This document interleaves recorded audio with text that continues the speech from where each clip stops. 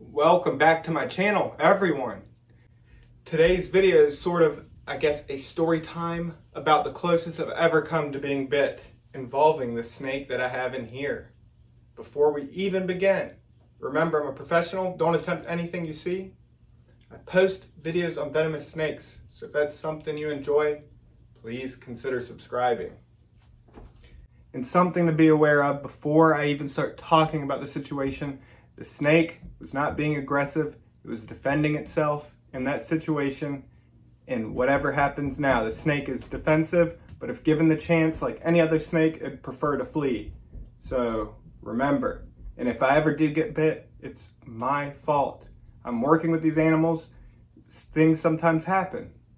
It's just how it goes. But it's not the snake's fault, it's not any animal's fault. So just remember that. So it's time to show you the snake.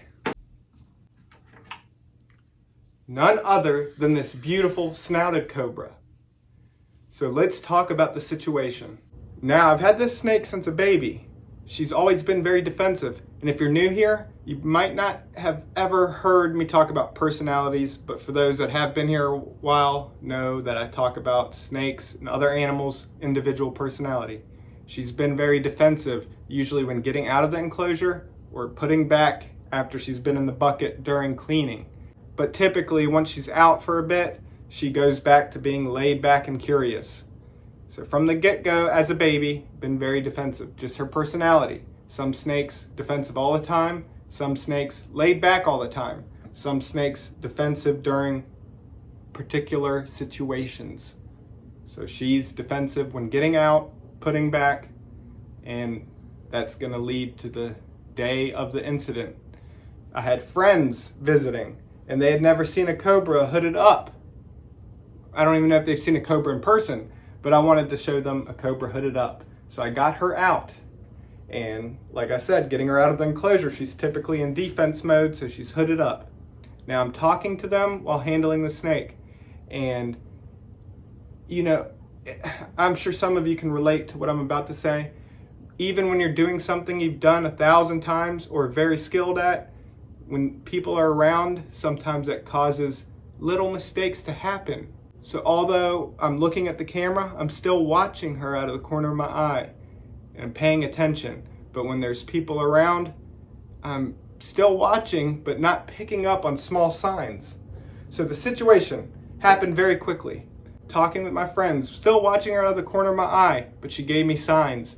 But it all happened very quick. But if I'm missing these simple signs and everything's happening quick, I can't maneuver to diffuse the situation. Now those signs were, she started to stay still. She was flicking her tongue very slowly.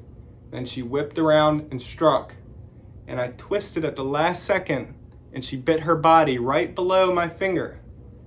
But if I was paying attention fully, I would have seen those simple signs, even though it all happened quick, and twisted ahead of time, and that would have diffused the whole situation.